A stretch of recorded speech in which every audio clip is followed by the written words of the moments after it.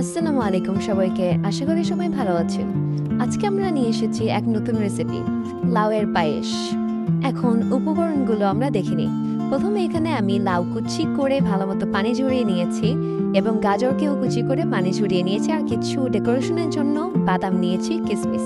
এখানে আমরা চূড়ার মধ্যে 1 কেজি মতো দুধ, এর মধ্যে 2টো তেজপাতা, 2টো দারচিনি এবং 2 থেকে 3টের মতো এলাচ দিয়ে দিয়েছি, স্বাদ মতো লবণ এবং 2 চামচ চিনি দিয়ে ভালো মতো এটাকে মিশিয়ে ফুটিয়ে নিতে হবে।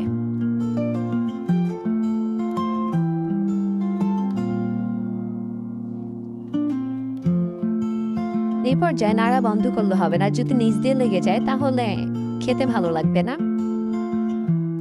এই পর্যায়ে আমরা এর মধ্যে সাবুদানা দিয়ে দিব। সাবুদানা দেওয়ার পর ভালো মতো মিশিয়ে নিতে হবে।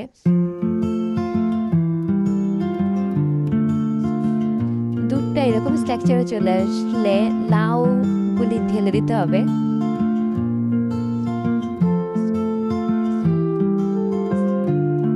আপনারা দেখতেই পাচ্ছেন লাউটা দেওয়ার পরে দুধটা কিরকম হয়ে আছে। এরপর এর মধ্যে গাজর কুচিগুলি দিয়ে দিব। এটা চাইলে আপনারা স্কিপও করতে পারেন।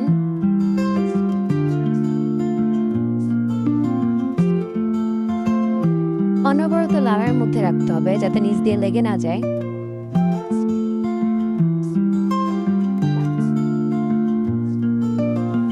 কিছুক্ষণ পর আপনারা দেখতে পারবেন দুধটা এরকম ঘন হয়ে এসেছে।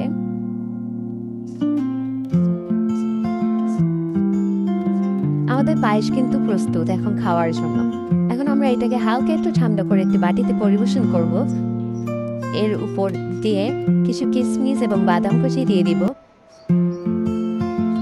আপনারাও বাসায় বানিয়ে দেখবেন এবং আমাদেরকে জানাবেন কিরকম হয়েছে। ধন্যবাদ।